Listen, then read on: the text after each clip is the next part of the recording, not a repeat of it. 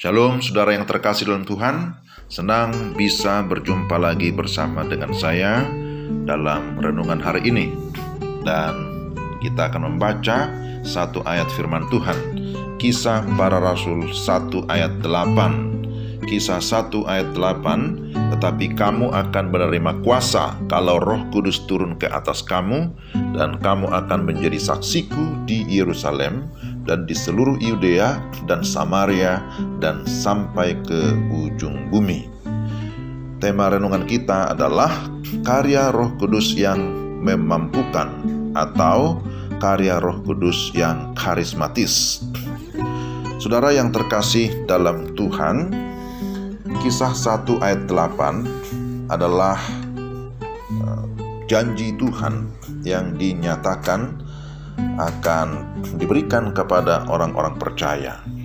Dan ketika Roh Kudus sudah dicurahkan, kuasa itu dialami oleh orang-orang percaya, sehingga mereka yang percaya kepada Yesus Kristus diberikan kemampuan untuk melayani dan menjadi saksi Kristus, mulai dari lingkungan sekitar sampai ke seluruh dunia.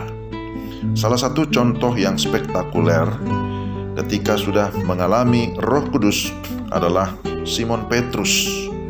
Ketika dia sudah dipenuhi Roh Kudus, Alkitab mencatat dalam Kisah 2, dia berkhotbah menyampaikan berita tentang Yesus Kristus yang sudah mati dan bangkit. Dan melalui khotbah itu ada 3.000 orang yang bertobat, itu belum terhitung perempuan dan anak-anak. Dan itulah yang menjadi jemaat Tuhan yang mula-mula yang ada di Yerusalem.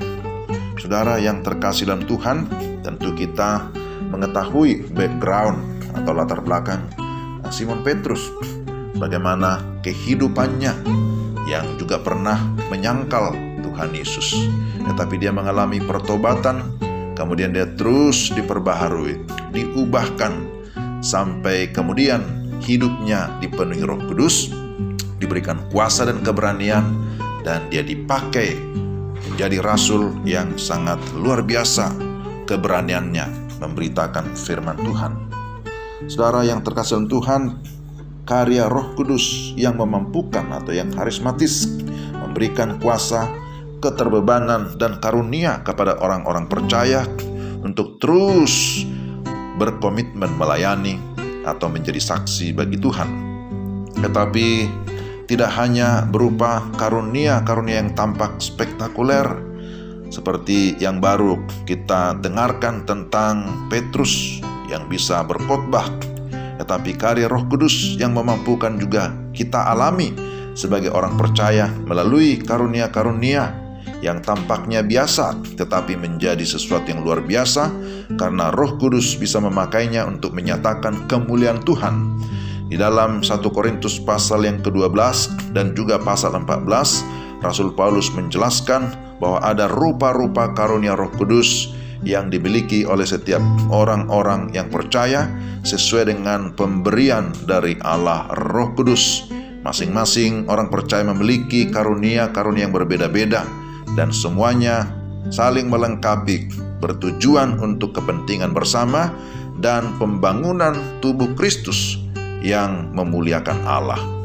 Setiap kita dipanggil untuk melayani, dan tentu kita diperlengkapi dengan kuasa dan karunia-karunia rohani di dalam pelayanan kita.